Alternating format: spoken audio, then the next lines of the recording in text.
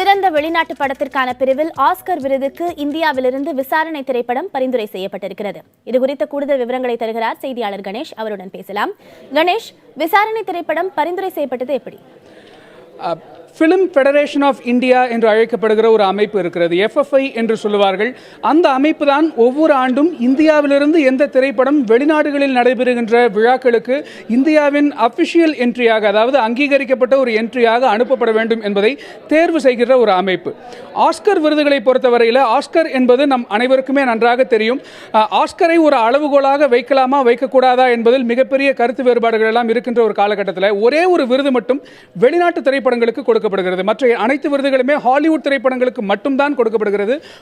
Best foreign language film என்கிற ஒரு விருது இருக்கிறது. சிறந்த அயல் மொழி திரைப்படம், வெளிநாட்டு திரைப்படம் என்கிற ஒரே ஒரு விருது மட்டும் வெளிநாட்டு திரைப்படங்களுக்கு வழங்கப்படும். அந்த விருதுக்காக இதுவரையில் இந்தியாவிலிருந்து மூன்று படங்கள் மட்டும்தான் இறுதிப் போட்டி வரையில் சென்றிருக்கின்றன என்றாலும் கூட ஒவ்வொரு ஆண்டும் இந்தியாவிலிருந்து ஒரு படம் அனுப்பப்படும். இந்த ஆண்டு இந்தியாவிலிருந்து அனுப்பப்படுகின்ற ஆஸ்கர் விருதுக்கு பரிந்துரைக்கப்படுகின்ற படமாக விசாரணை தேர்வு செய்யப்படுகிறது. இந்த ஆண்டு மொத்தம் 29 திரைப்படங்கள் ஆஸ்கர் விருதுக்காக அனுப்பப்படும் பட்டியலில் பரிசீலனை செய்யப்பட்டது.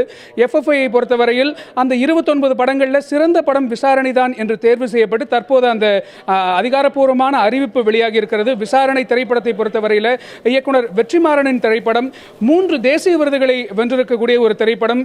நடிகர் தனுஷ் தயாரிப்பாளராக அந்த திரைப்படத்தை தயாரித்திருந்தார்.